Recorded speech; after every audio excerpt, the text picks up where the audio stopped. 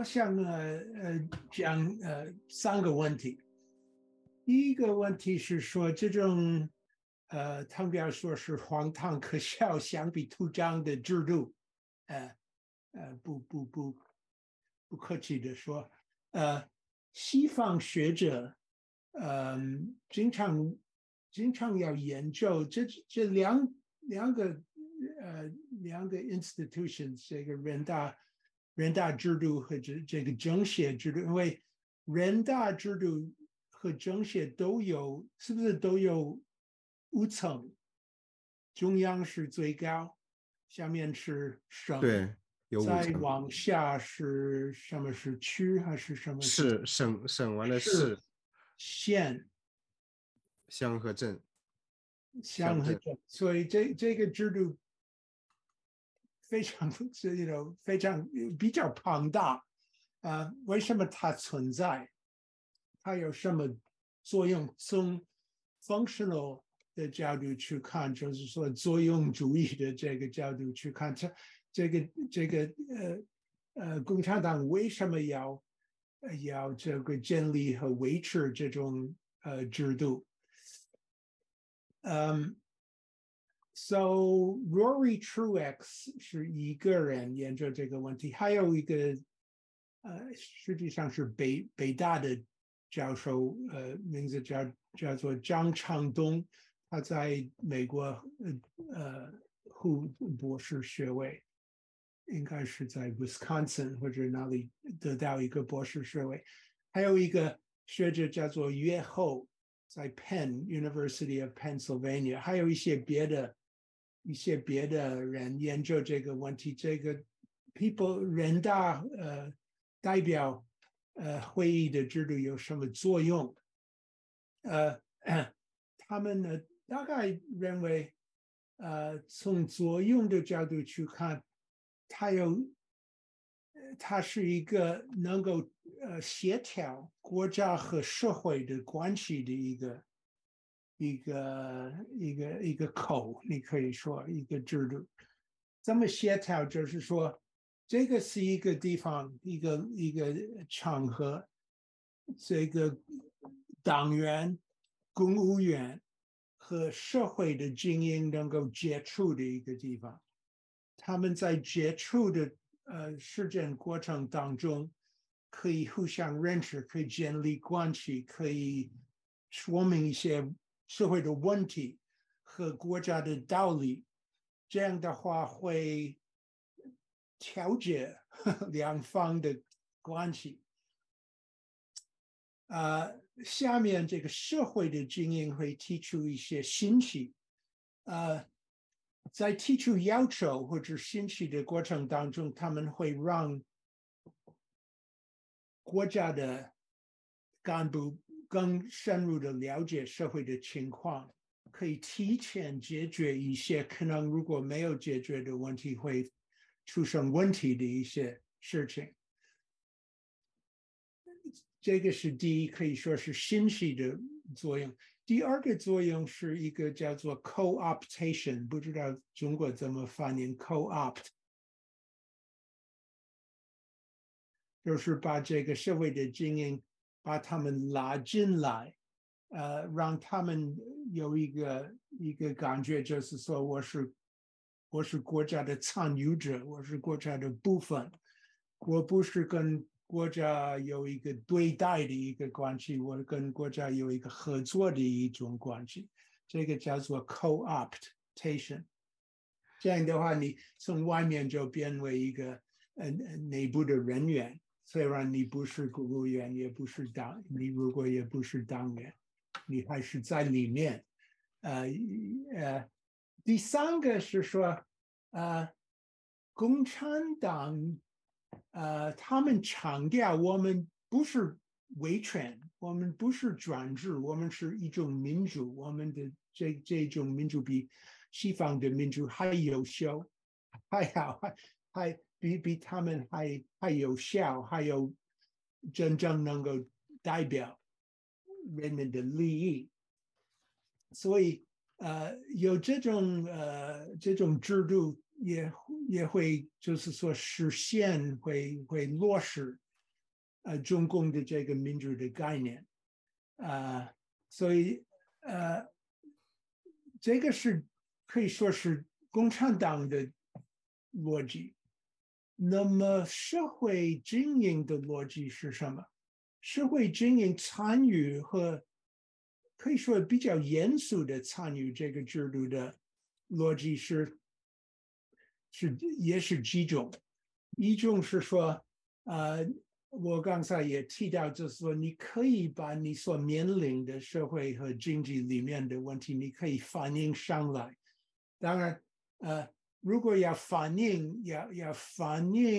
一些社会上的问题的话，中共有几个渠道，你可以写信，你可以上那个地方政府的怎么说电子执政网站，是不是这个电子执政或者电子政府的网站？电子行政，电子对，行政的很多的地方政府有这种网站，你可以上这个网站写进去你所面临的。但是实际上，作为一个比方说企业家或者一个当地的什么校长啊，或者一个什么主要是企业家，你如果要反映一些具体问题的话，这个参与一个人大的会议是一个非常，特别是地方上的，不是中央的。当然中央也有，但是特别是地方上的人大，你如果去跟当地的官员开会的话，你有很多机会，正式的机会、非正式的机会向他们反映，而且他们一般的话非常愿意帮你解决你所面临的问题。所以这个是第一，你作为经营要参与这个制度的理由。第二是，因为这个是给你很大的这个面子，是让这个政府以外的人知道你是一个重要的人物，有渠道的人物，有关系的人物。所以像 Rory 刚才汤彪提到的这个 Princeton 大学的 Rory Truex，他的研究的成果是说明你如果是一个企业家，你会用很多的钱来拉关系，虽然这个不是一个自由的选举的过程当中，主要是在背后是党的组织部决定谁能够当选，但是你还会用钱去跟地方的党员让他们去吃饭啊，去这个搞这个卡拉 OK 等等之类的，用你的钱跟他们拉关系。后来他的研究证明，后来你的企业的利润会提高几分，就是说这个是非常值的。所以总的来讲，这个制度的从官方的角度和从社会的角度去看，是让社会和国家的和党的经营来互相认识、互相沟通、互相合作的一个，好像是比较有效的一个制度。这个是我第一个问题想谈。第二个问题想谈就是说，这个制度里面的运作，第一个是说，第一个要说这个党政关系，因为汤彪提出就是说，宪法说，这个人大是国家最高主权，国家国家最高权力机关。但也谈到人民主权，我忘记是怎么说的，你记得吗？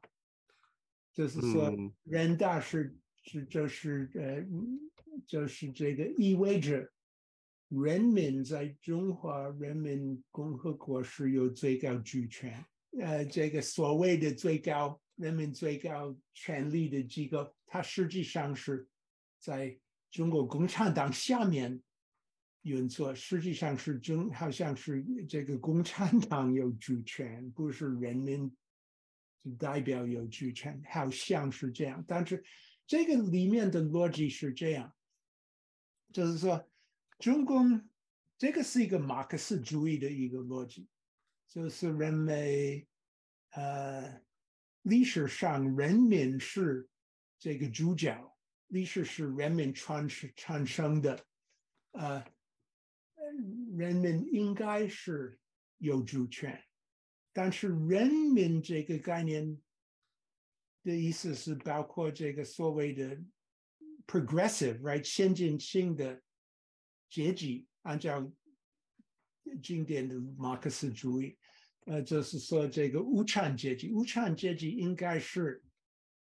最先进的、最有发言权的阶级，因为它是最就是说它是历史的先锋。那么谁能够代表无产阶级是共产党？所以如果人民有最高的权利，而且人民里面的最先进的阶级是应该最有说明有言论权，而且能够代表这个无产阶级的，是可以说精英党，就是共产党最有能力代表无产阶级的利益的话，那么按照这个逻辑，共产党领导人大是有道理的，还是有道理的，就是说那个所谓的是什么是1/8、1/4的这个现在已经取消，但是原来认为1/8或者1/4的道理是说，农民不那么先进，农民不那么站在革命的前头这一个阶级，所以还是让那个最有革命意识的阶级有更多的权利，这个也是按照马克思主义的思想，也是非常站得住脚的一个逻辑。那么中共也会说，这个跟英国或者美国的立法制度一样，就是说，你这个比方说英国，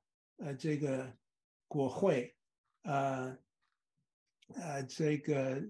哪一个党有在选举胜利的话，他会在国会有更多的席位，他可以就是说这个政党会领导国会，这个道理在英国一样，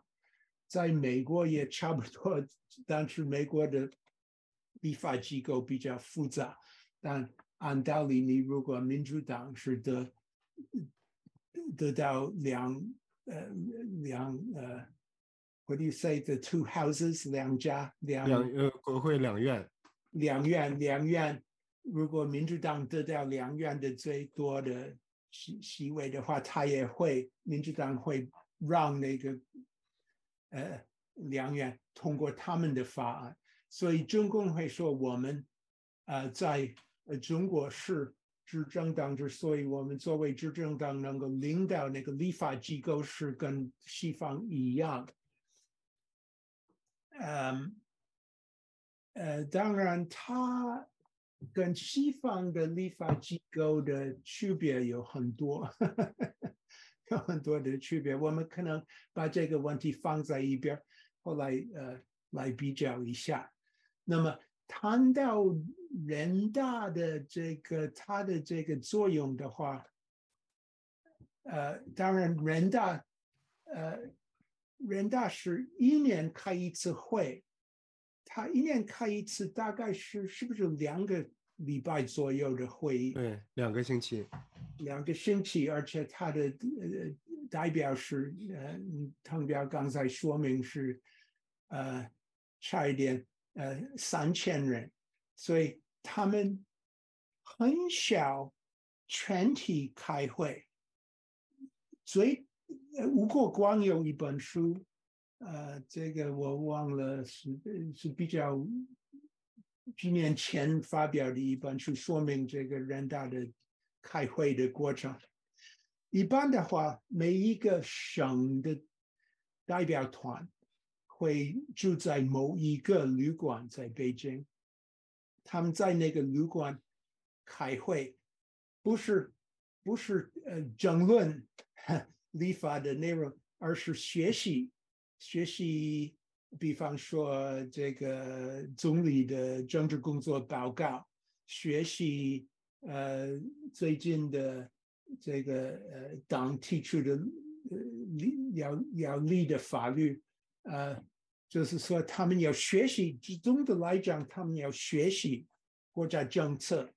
后来他们开会几次就是这个所谓的橡皮图章，他们就通过那个法案，通过那个这个常委会提出的名单，国务院名单等等之类。所以这个是人大一年一次开会的过程。那么在他不是开会的这个别的一年的11 and a half months 11个半月的时间，这个常委会是发挥非常大的作用。常委会滕彪也说明是一个全职的工作，他是经常开会，虽然我自己没有，而且按我所知道，西方学者没有非常详细研究这个常委会的工作的这个方法，但是他呢有很高的权力，他自己可以立法，他自己可以解释宪法等等，这个工作是很重要。另外一个一个重要的机构是人大里面，滕彪不知道你知不知道这个机构是哪一个机构，但是人大有一些 staff， 有一些工作人员在内，就是说有代表，但是另外有一些专业的一些人来酝酿他们的工作或者管理他们的工作。一个部门是这个立法部门，我不知道他名字叫什么，但是对，叫全国人大法工委，法工委法制工作委员会。对 ，OK，so 通过一个法案之前，有一个有时候非常长的一个过程，这个法案才能够写成。应该是这个法工会发挥最关键的作用，所以应该立一个什么法的话，这个问题可以来自于国务院的各个部门，或者可以来自于党中央的各个部门，就是说谁会提出一个问题，说我们需要这么一个法，我们没有这么一个法。管理很多的问题，你这么庞大人口大，一个国家有很多问题。你比方说 food safety 食品安全问题，我们如果没有这么一个法，谁能够提出？我不知道是什么部门会提出说我们需要一个法律。OK， 后来是。这个法律的草案应该主要是这个法工委这个做重要的工作，但是他做这个重要的工作的时间，他需要跟所有跟这个法案有关系或者有利益关系的部门和学者或这个按照这个法案的内容来决定谁应该被应该被欢迎提出他们的意见。所以这个过程有时候非常非常长的时间，因为所有的部门得提出他们的建议，而且这个法工委要这个严肃的想，需要是形成一个共识，才能够把这个法案交给人大或者人大常委，让他们把它通过立案。所以这个是他一个很重要的工作。为什么是一个很重要的工作？为什么一个专制制度需要法？你可以毛泽东时代没有法，你只有毛的可以说命令而已。为什么需要法？这个问题我们可能也要放在一边探讨。但是实际上，中国那么发达的、那么复杂的、那么现代化的一个国家，也有专制，也有法，但是法律的作用是什么作用？有两种说法，一个是依法治国，一个是依法治国 ，right？依法治国是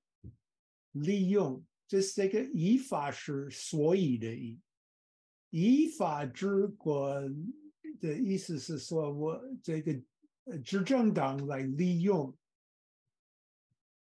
法律去管理，就是去告诉下面的党和国家的机关，我们的政策是什么，而且给他们一些一些 what do I say guiding指导规矩来指导他们的工作。依法治国就是说依赖法，这个是按我的理解，这个意思是不是中共的方法？这个意思应该是说，让法律限制党和国家的权利，do things in a lawful manner。所以这个两个意思，我们应该下面文章要更清楚的说明这个两个意思。法律的主要问题是说为什么有法律的这个意义和它的重要性何在 ？OK， 我想谈的第三个问题是选举的问题。那么我记得80年代，就是说这个改革开放的时候，很多人是非常乐观，因为这个人大制度被恢复，这个村级选举也开始做，所以而且地方代表会议就是说区级是不是县区级的会议，在80年代有一定的时间是真正的自由竞争的，特别是我记得在北京海淀区是北大和别的大学所在地，是不是80年搞了一个选举，胡平也参与，是不是王俊涛也参与进去？他们竞选，胡平写一个言论自由，一种白皮书或者一个说明为什么我们应该有言论自由。是不是胡平当选，王俊涛当选，但是后来，所以共产党当时认为我们要开放一些，我们要让地方人民有更多的空间来发表他们的要求意见。这个有利于，因为我认为当时中国共产这是文化大革命，之后，中共合法性、正当性比较衰弱，他们认为我们如果让人民竞选的话，这个会恢复我们的正当性。所以有一小段时间，这个地方选举是开明一些，包括这个不是人大，但是村级，村级的叫做什么村委会，不对，是一个带有权力的机构，但是它是一个代表机构，也让村的老百姓提名和竞选。差不多当时有所谓的不孕的不影响，对，不不孕 影响，嗯，experiment，right？不用对，像我记得有一个朋友叫做李凡，你知道李凡？我知道，对，他呢，嗯他研究，他也去不孕帮他们做，也写了一些研究报告，但但执政党很快意识到这样的话可能会乱，可能会失控，所以他们后来控制。那么还有一部分人，像苏志勇旁边提出的苏志勇，苏志勇有一个理论，一个说法叫做 "as if"，as if，这个中国话怎么讲？就是说你要活着，中共说我们都是公民，所以我们应该像一个公民去生活。对，就是在波兰有一个非常有名的记者叫亚当·米基尼克，他跟他的著作和这个Václav Havel 的著作差不多同时被翻译，当然就是没有公开的出版，就是我们私下的流传。那么这个 as if 这个概念应该是中国的知识分子从亚当·米奇尼克那里边学到的，就是就是虽然宪法律它规定的公民的这些基本权利等等，那么当局它并不打算去实施，那么我们实际上不享有那些权利，但是呢，我们作为这个 citizen， 作为公民，我们应该像我们假设有那样权利的方式去生活，对，这是这个 as if 的概念。as if so as if 可以翻译成为假设。假设它对，那还有一个这个不太好翻译，就是我们在这个维权运动当中还有另外一个概念叫假戏真唱，差不多可以翻译成这个，就是比如说宪法法律规定公民有言论自由，有宗教信仰的自由，那么当有人因为言论被抓，因为信仰被抓的时候，我们就在法庭上为他们辩护。那么这种就是假戏真唱。虽然你宪法说公民有这个言论自由，这是共产党的一个假戏，就是他一个虚假的承诺，是假的东西。但是我们就假设它是真的，我们假设这个东西是真的，我们就捍卫公民的言论自由和信仰自由。差不多，对，就是如果说假戏真唱的话，很多中国人都清楚是什么意思。嗯嗯，so 这种